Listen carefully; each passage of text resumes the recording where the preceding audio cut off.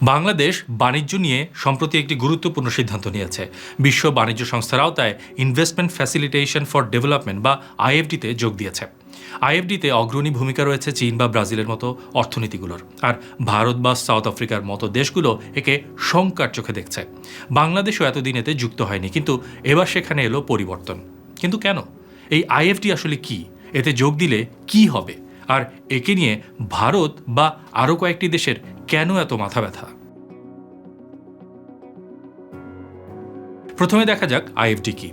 আপনারা জানেন, বিশ্ব বাণিজ্য সংস্থা বা ডাব্লিউটিও একটি বড় আন্তর্জাতিক সংগঠন।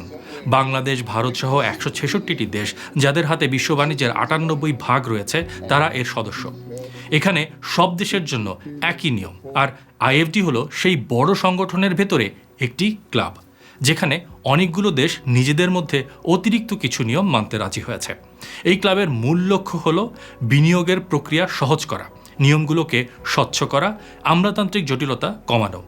গুরুত্বপূর্ণ বিষয় হলো, এই ক্লাব দেশগুলোকে বাজার খুলে দিতে বাধ্য করবে না বা বিনিয়োগকারীর আইনি সুরক্ষা দেবে না।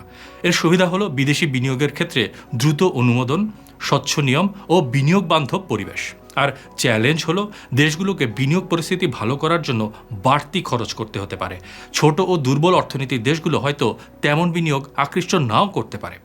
কারো কারো আশঙ্কা, এই ক্লাব মডেল বৈশ্বিক যে বাণিজ্য নীতি রয়েছে তাকে বিভক্ত করতে পারে। কিন্তু কথা হলো, কেন দেশগুলো চাইলো এমন একটা আলাদা বিনিয়োগ ক্লাব হোক?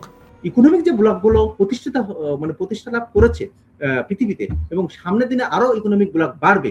এই ইকোনমিক ব্লকগুলোকে আসলে এর ভিতরে বিজনেস করার জন্য, এর ভিতরে ইকোনমিক ব্লকের সমতানোর জন্য, এফডিআই ইনফ্লো করার জন্য, সমানভাবে বিনিয়োগ বাড়ানোর জন্য, সব রাষ্ট্রের সক্ষমতা বাড়ানোর জন্য আজকে বিশ্ব বাণিজ্য সংস্থা এই ধরনের প্রভিশন হাতে নিয়েছে।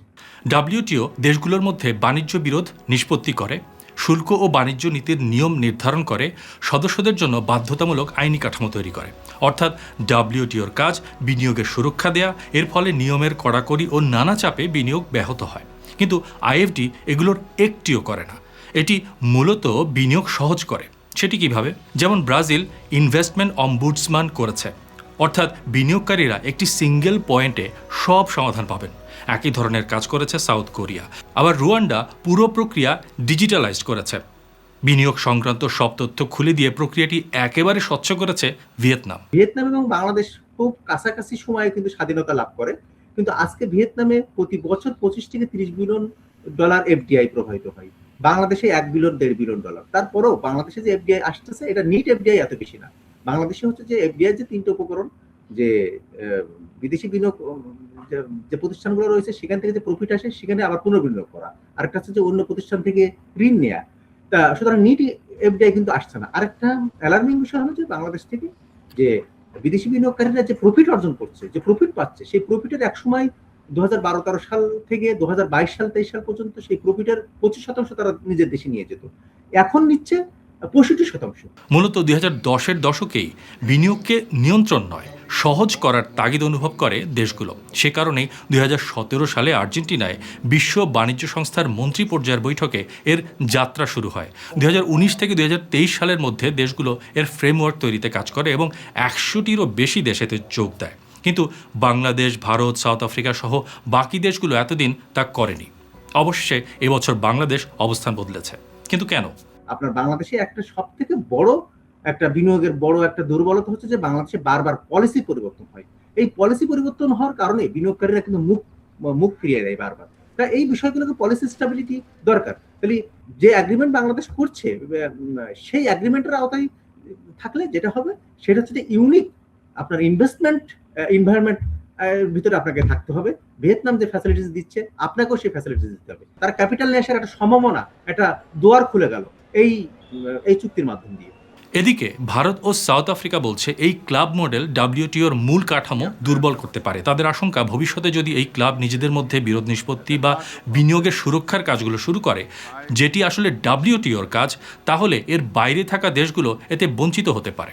তারা চাইছে এক ধরনের গার্ড রেইল বা স্পষ্ট নিয়ম, যাতে এই ধরনের চুক্তিগুলো নিয়ন্ত্রণে থাকে।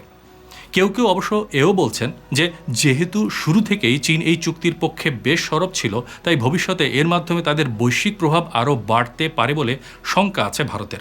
ইউরোপীয় ইউনিয়ন সহ বেশিরভাগ উন্নত দেশগুলো এই চুক্তির পক্ষে, কেবল যুক্তরাষ্ট্র এ থেকে দূরে থেকেছে।